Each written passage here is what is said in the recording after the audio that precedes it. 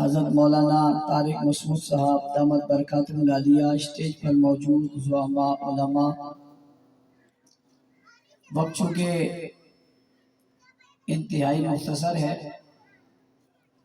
ہر سال ہماری حاضری ہمارے بھائی قاری سرفراز الحسن فاروقی صاحب کی وجہ سے یہاں ہوتی ہے، اور ان کی برکت سے آپ کی ہماری ملاقات بھی ہو جاتی ہے۔ اللہ تعالیٰ ان کے ادارے کو دن دگنی رات چگنی ترقی نصیب فرمائے۔ جس طرح یہ محنت کر رہے ہیں اور بچوں پر محنت کر کے ان کا مستقبل سنوارنے کی کوشش کر رہے ہیں، انہیں قرآن کریم کے ساتھ وابستہ کر رہے ہیں، اس پر جتنی مبارکباد بھی دی جائے اتنی کم ہے۔ اور میں یہ بات بھی کہا کرتا ہوں، ہمارے پورے علاقہ لانی میں جہاں بھی کوئی مکتب ہے یا مدرسہ ہے یا کوئی کسی گھر میں یا کسی جگہ پہ قرآن پڑھا رہا ہے، یہ سارا فیض جامعہ عثمانیہ کا ہے، اور جامعہ عثمانیہ کا فیض حضرت مولانا اقبال اللہ صاحب کا فیض ہے۔ اللہ تعالیٰ ان کی زندگی میں برکت دے اور ان کا سایہ بہت دیر تک ہمارے سروں پر قائم اور دائم رکھے۔ اللہ رب العالمین نے قرآن کریم جیسی لاریب و لاجواب کتاب آخر میں نازل کی۔ یہ آخری پیغمبر پر آخری کتاب آئی، ہمارے پیغمبر بھی آخری ہیں، یہ کتاب بھی آخری ہے، اور جو امت اسے پڑھ رہی ہے یہ امت بھی آخری ہے۔ میں چھوٹے چھوٹے جملوں میں آپ کو کچھ عقیدے اور نظریے کی باتیں بتاتا جاؤں گا، آپ ان کو سننے کے ساتھ ساتھ ذہن میں بٹھائیں کہ حضور علیہ السلام آخری نبی ہیں، قرآن کریم آخری کتاب ہے، اور یہ امت آخری امت ہے۔ حضور کے بعد نبی کوئی نہیں ہے، قرآن کے بعد کتاب کوئی نہیں ہے، اس امت کے بعد کوئی اور امت نہیں ہے، قیامت تک اسی سلسلے میں رہنا ہے۔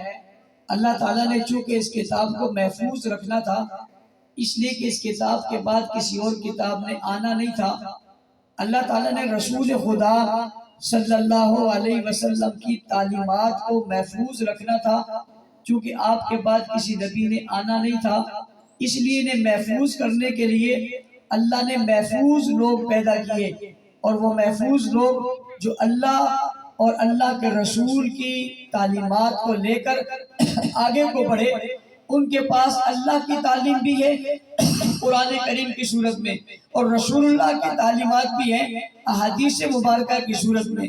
یہ دونوں چیزیں انہوں نے اللہ کے رسول صلی اللہ علیہ وسلم سے لی اور امت تک پہنچائی۔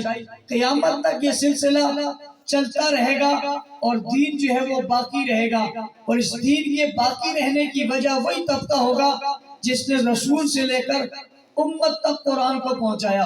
قرآن کریم نے کہا، میں نے جو آیت مبارکہ پڑھی، اِنَّا نَحْنُ نَزَّلْنَا الذِّكْرَ وَإِنَّا لَهُ لَحَافِظُونَ، ہم ہی نے اس کتاب کو نازل کیا اور ہم ہی اس کی حفاظت کریں گے۔ جس دور کے اندر ہم ہیں یہ وہ والا دور ہے کہ اس دور میں قرآن کریم چھپا ہوا ہے، یعنی کتاب کی صورت میں ہے، اور ہر جگہ موجود ہے اور ہر ایک کو ملتا ہے۔ دنیا کے جس کونے میں چلے جائیں آپ قرآن طلب کریں، آپ کو قرآن مل جائے گا۔ آپ قرآن کے حافظ ڈھونڈنا چاہیں آپ کو قرآن کے حافظ ڈھونڈنے سے مل جائیں گے، زیادہ ڈھونڈنے بھی نہیں پڑیں گے، بلکہ ہر جگہ آپ کو قرآن کے حفاظ مل جائیں گے۔ اس وقت قرآن کریم کی حفاظت مشکل مرحلہ نہیں ہے، لیکن ایک وقت وہ تھا جب قرآن کریم دنیا میں پھیلا ہوا بھی نہیں تھا اور کتاب کی شکل میں لکھا ہوا بھی نہیں تھا۔ ہاں، قرآن کریم رسول خدا صلی اللہ علیہ وسلم نے پڑھایا ہوا تھا، اس قرآن کو محفوظ کرنا تھا، تو اللہ تعالیٰ نے فرمایا تھا اِنَّا نَحْنُ نَزَّلْنَا الذِّكْرَ وَإِنَّا لَهُ لَحَافِظُونَ، ہم ہی نے اسے نازل کیا اور ہم ہی اس کی حفاظت کریں گے۔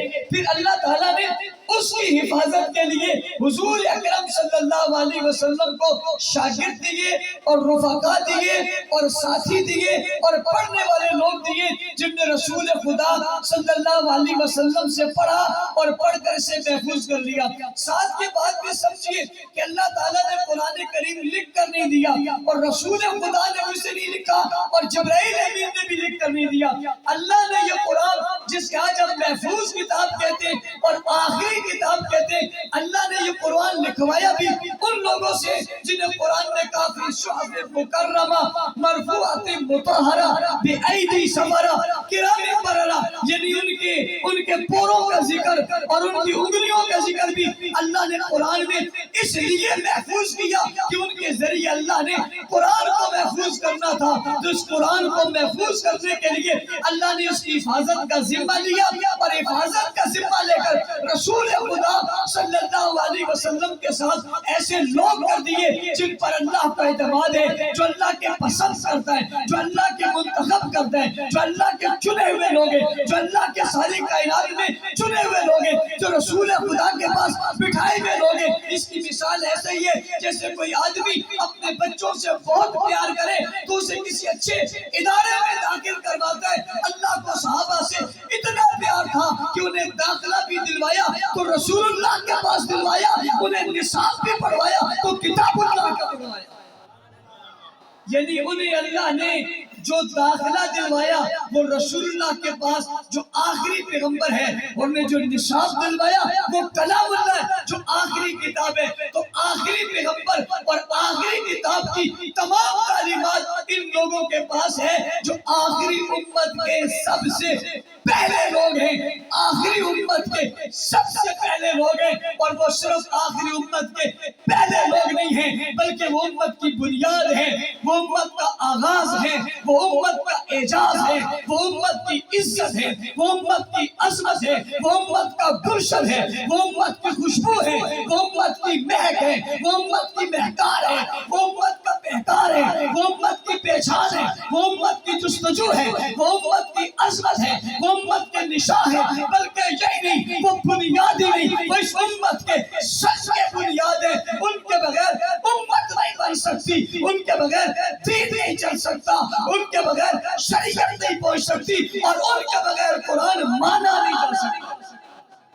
تو اللہ نے قرآن کو محفوظ کیا جن کے ذریعے سے انہیں صحابہ کہتے ہیں۔ دوسری بات میں حدیث مبارکہ کی طرف آتا ہوں۔ حضور علیہ السلام نے فرمایا اشراف امتی حملۃ القرآن، سب سے معزز ترین لوگ اس دنیا کے قرآن والے ہیں۔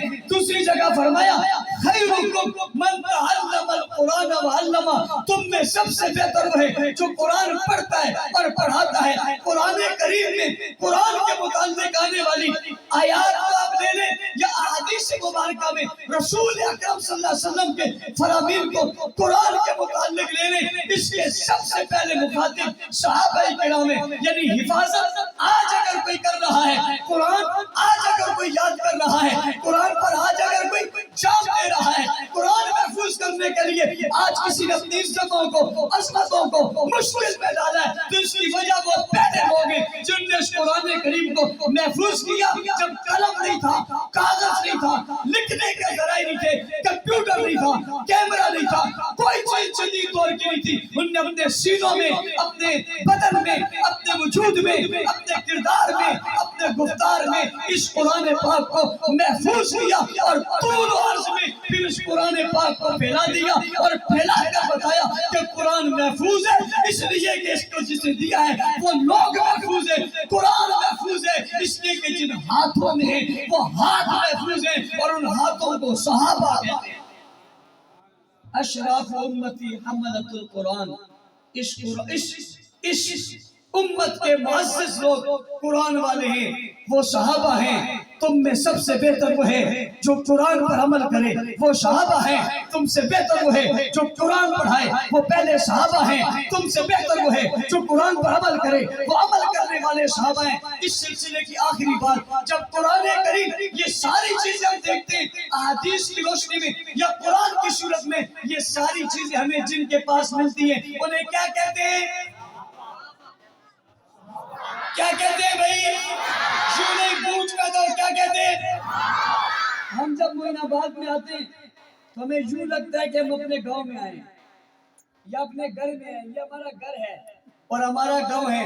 اگر میرے گھر اور گاؤں سے آواز ہی نہ نکلے تو لوگ کہیں گے افریقہ اور امریکہ تک آپ کی آواز کیسے جائے گی؟ بھائی یہ لوگ کون ہیں؟ کون ہیں؟ صحابہ۔ کون ہیں؟ صحابہ۔ اس لیے صحابہ کی عزت اور عظمت کے لیے کام کرو گے۔ الیکشن کئی مرتبہ ہوا اور کئی مرتبہ ختم ہو گیا، فرقہ ہو رہا ہے، فرقہ ہو رہا ہے، ختم ہو رہا ہے۔ جب دیکھتے اب ہار رہے پھر الیکشن ملتوی کرواتے ہیں۔ مجھے لگتا ہے سازش کے ذریعے اچانک الیکشن کروانا چاہتے ہیں تاکہ جن لوگوں کو خبر ہی نہ ہو اور ہم ٹھپے مار کے ڈبے خود بخود بھر دیں۔ اب مجھے یوں لگ رہا ہے کہ شاید یہ سازش ہے، اس سازش کو آپ نے ناکام بنانا ہے۔ آپ نے 15 جنوری کو مہر لگانی ہے کس پر؟ کس پر؟ او بھائی کس پر؟ کس پر؟ سیڑھی پر چڑھ جانا ہے، مہر ایسے لگانی ہے سیڑھی پر چڑھ جانا ہے، اور شام میں سب کی زبانوں میں ایک ہی لفظ ہو، اور وہ کیا ہو؟ سیڑھی سیڑھی۔ تو محنت کریں گے انشاءاللہ، کوشش کریں گے، اس سازش کو بھی ناکام بنا دیں گے انشاءاللہ العزیز۔ اور دوسرا جو ہے